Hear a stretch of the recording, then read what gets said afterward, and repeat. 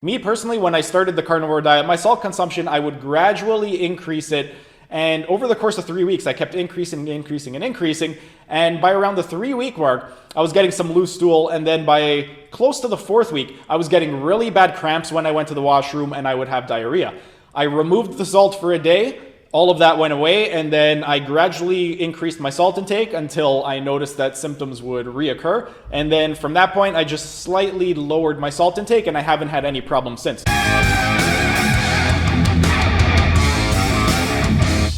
Hey everyone, thanks for tuning in, and welcome back to another Sunday Q&A.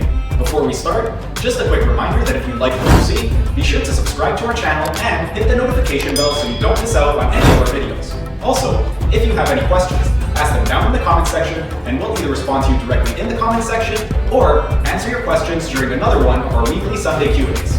Alright, time to answer your questions. Hey everyone, thanks for tuning in and welcome back to another Sunday Q&A. Today's question is with regard to salt intake. Last week I made a video about water consumption, and in that video I mentioned how I put salt in my drinking water, and a lot of you were confused about that and had some questions, so I figured I would dedicate this Sunday's Q&A to answering that question.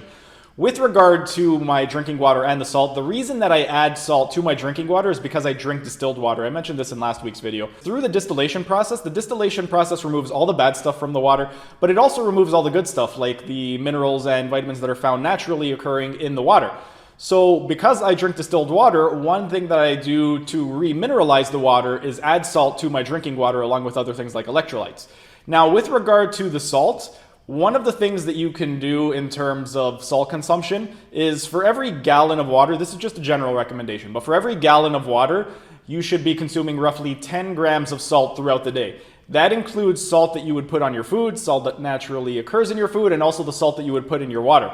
If you're not salting your food a lot, you could put a little bit more in the water. If you're not salting your water at all, you could add more into your food. So it really depends on how exactly you would like to incorporate salt in the diet. If you're the type of person that likes to salt your food, then you could just go ahead and not even bother putting any salt in your water at all. Or if you're not the type of person who puts salt in your food, then you could put it in your water. If you are going to salt your water, one thing that you should know is you should just put enough salt that you can't taste it. If you can taste the salt in the drinking water, then you've added too much. That's the first thing.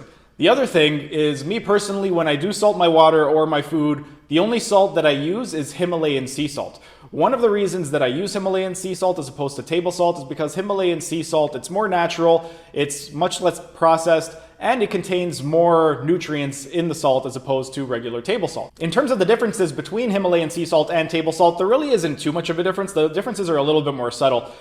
Table salt is going to be 40% sodium and 60% chloride. It's also known by sodium chloride. And the thing with Himalayan salt is also 40% sodium and 60% chloride. The difference is only 98% of Himalayan sea salt is going to be sodium and chloride. So 98%, in that 98%, it's going to be a 40-60 split between sodium and chloride. The other 2% of the sea salt is where you're going to find all that other good stuff. Now, in terms of sodium, sodium is an essential trace mineral found in salt, which the body needs for things like contracting and relaxing muscles, maintaining proper fluid balance and preventing dehydration, and also sending nervous system impulses and preventing low blood pressure among its other functions, which makes sodium very important for the body. Now, one of the reasons that I prefer Himalayan sea salt to regular table salt or sodium chloride is because Himalayan salt is more natural than regular table salt and does not usually contain additives. Whereas table salt, it's very heavily refined, and it's also mixed with anti-caking agents to prevent clumping, such as sodium aluminosilicate and also magnesium carbonate. And while Himalayan sea salt is very similar to table salt in terms of its chemical composition, again, 98% of Himalayan sea salt is going to be sodium chloride. In that 2% difference, there are up to 84 different trace minerals in the Himalayan sea salt. So that's why I personally go for Himalayan sea salt, and that's why I add salt to my drinking water. Another thing with regard to salt is you want to be careful with your salt consumption. Again, a simple test that you can do is go by taste. Add salt to your drinking water. If you can taste the salt, it's too much. If you can't taste it, then that's where you want it to be. So you should add just enough that you can taste it. As soon as you can taste it, you've added too much. Another couple things that you could use to determine if you're adding too much salt is your weight, and also you can judge it by your bowel movements. Now, when it comes to your weight, what you can do is weigh yourself on a daily basis. If you find that your weight is increasing, then you could try going a day or two without salt, see if your weight normalizes. If your weight normalizes, then it's possible that the weight gain could have been from excess water retention due to the salt. If your water keeps going up, then it's likely due to something else like your calorie consumption. So it might not be the salt intake. So you want to take it with a grain of salt in terms of why your weight is going up, if you are using your weight as a metric to determine if your salt intake is adequate or if you need to go up. Another thing that is going to determine if you are consuming too much salt is your bowel movements.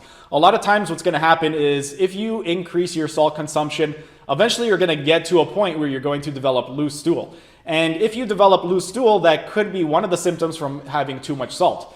Me personally, when I started the carnivore diet, my salt consumption, I would gradually increase it. And over the course of 3 weeks, I kept increasing. And by around the 3-week mark, I was getting some loose stool. And then by close to the 4th week, I was getting really bad cramps when I went to the washroom and I would have diarrhea. I removed the salt for a day. All of that went away, and then I gradually increased my salt intake until I noticed that symptoms would reoccur. And then from that point, I just slightly lowered my salt intake, and I haven't had any problems since. So that is another way that you could determine if your salt intake is adequate or if you need to cut it down or increase it a bit. Your bowel movements.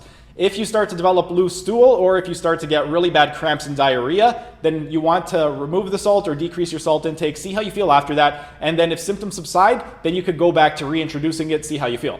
Those are just a few things that I personally do and a few things that you could do in terms of figuring out how much salt you need and if you're currently consuming an adequate amount of salt. But that pretty much covers it for today's video. Thanks for tuning in. If you have any questions at all with regard to my experience with the carnivore diet, or if you have any questions at all with regard to the carnivore diet or any other questions at all with regard to exercise, physiology, nutrition, stretching, anything like that, go ahead, ask your questions down in the comment section. I'll either respond to you directly in the comment section or answer your questions during one of our Sunday Q&As. That's it for today's video. Thanks a lot for tuning in, and I'll see you again next week. That's it for today's video. Thanks for tuning in. If you liked what you saw, be sure to hit that like button, subscribe to our channel, and hit the notification bell so you don't miss out on any of our videos. And if you have any questions, ask them down in the comment section, and we'll either respond to you directly in the comment section or answer your questions during another one of our weekly Sunday Q&As. Keep fit, have fun, and we'll see you again next week.